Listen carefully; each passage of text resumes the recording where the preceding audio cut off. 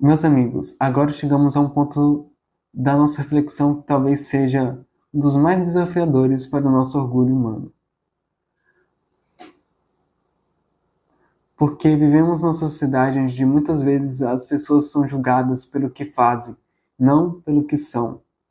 Onde o valor de alguém é medido pelo cargo, pelo status, pelo salário, pela visibilidade social.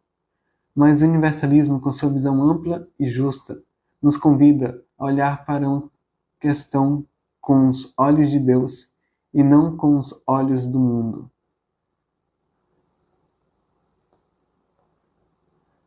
A dignidade está no coração, não no cargo. O universalismo nos ensina que para Deus todo trabalho útil é digno. Seja o trabalho do médico que realiza uma cirurgia delicada, seja o trabalho do gari que varre as ruas de madrugada, ou da mãe que acorda de hora em hora para cuidar do seu filho, doente. Todos, absolutamente todos, estão cumprindo a lei do trabalho, quando agem com amor, com dedicação, com honestidade. O que valoriza o trabalho não é o título, não é a roupa que a pessoa veste, não é o diploma pendurado na parede, é o sentimento com que ele é feito. O que valoriza o trabalho é o sentimento com que ele é feito. Eu vou fazer algumas perguntas para a sua reflexão. Quantas vezes a gente olha com superioridade para determinadas profissões? Quantas vezes a gente já agradeceu o gari que limpa as ruas por onde a gente passa? Ao coletor de lixo, ao frentista, à faxineira, ao pedreiro, ao cozinheiro. Cada um deles cumpre uma tarefa indispensável e todos estão servindo à coletividade.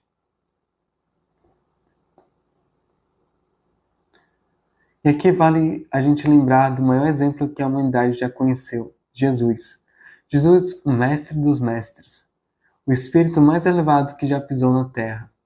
Veio à humanidade não como um rei, não como um chefe militar, não como um magistrado, mas como um servo de todos.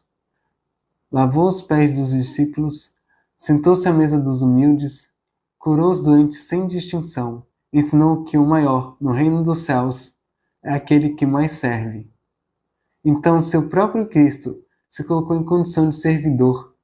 Quem somos nós para medir a dignidade de um trabalho pelo status que ele tem aos olhos humanos?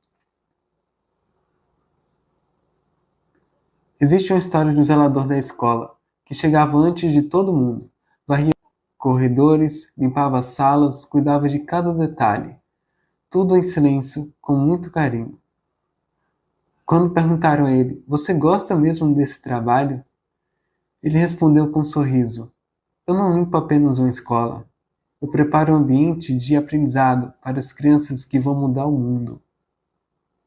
Olha que visão linda! Esse homem enxergava o seu trabalho como missão de amor. Então, meus irmãos, que a gente saia daqui hoje com esse compromisso de olhar com mais respeito, mais gratidão e mais amor para todas as formas de trabalho útil. Que a gente entenda de vez que a grandeza de um trabalhador não está na função que ele executa, mas no amor que ele coloca em cada gesto. Porque no final das contas, na contabilidade divina, o que realmente vale é o bem que se faz e o amor com que se faz. Agora, meus amigos, vamos olhar com carinho a questão 675 de Livro dos Espíritos, onde Kardec pergunta: por trabalho só se deve entender as ocupações materiais? Os espíritos respondem: não. O espírito trabalha assim como o corpo. Toda ocupação útil é trabalho. Olha que resposta rica e que nos faz ampliar o olhar. O que os espíritos estão nos dizendo aqui? Que o trabalho não é só aquele que a gente faz com as mãos, com as ferramentas ou no ambiente profissional. Toda ocupação útil é trabalho, seja ele material, intelectual, moral, espiritual. Quando o educador forma consciências, quando a mãe ou o pai educa um filho com amor, quando alguém consola um coração triste, quando a gente luta em silêncio para vencer o orgulho, a vaidade, a intolerância. Isso também é trabalho aos olhos de Deus. E a partir de hoje, que a gente aprenda a olhar o nosso trabalho, seja ele qual for, com respeito e a dignidade que ele merece. Porque, meus irmãos, aos olhos de Deus, todo trabalho útil é sagrado.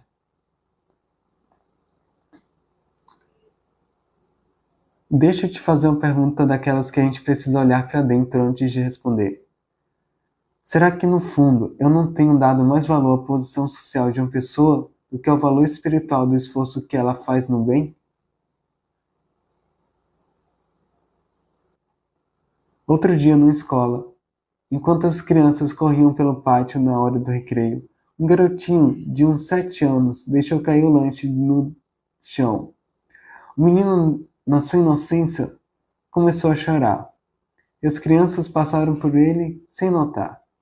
Mas lá no canto do pátio, um homem, era o zelador da escola, com a vassoura nas mãos, parou o que estava fazendo, foi até o menino, se abaixou e com toda delicadeza pegou o lanche caído, jogou fora, pegou o alimento da própria marmita, entregou para a criança e disse: "Fica tranquilo, meu amigo, daqui a pouco a tristeza passa." O garotinho sorriu e voltou a brincar. No final do dia, quando a mãe veio buscar o menino, ele correu ao encontro dela e disse: "Mãe, sabe quem me ajudou hoje? O homem mais importante da escola." Sabe quem era? O zelador.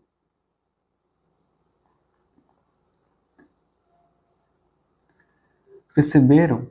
Naquela tarde, o homem da vassoura foi o anjo daquela criança.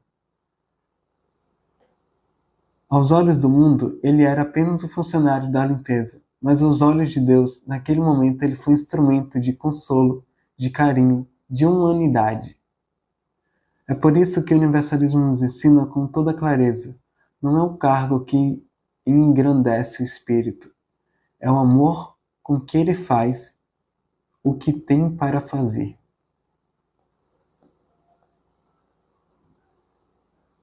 Meus amigos, até aqui já caminhamos por várias compreensões sobre a lei do trabalho. Falamos sobre o sentido espiritual, sobre o porquê Deus nos confiou o trabalho, sobre o trabalho material e o trabalho moral, sobre a importância do descanso e sobre a dignidade de toda tarefa útil. E agora eu quero convidar a olhar o trabalho sob uma perspectiva ainda mais profunda. O trabalho como ferramenta de reforma íntima.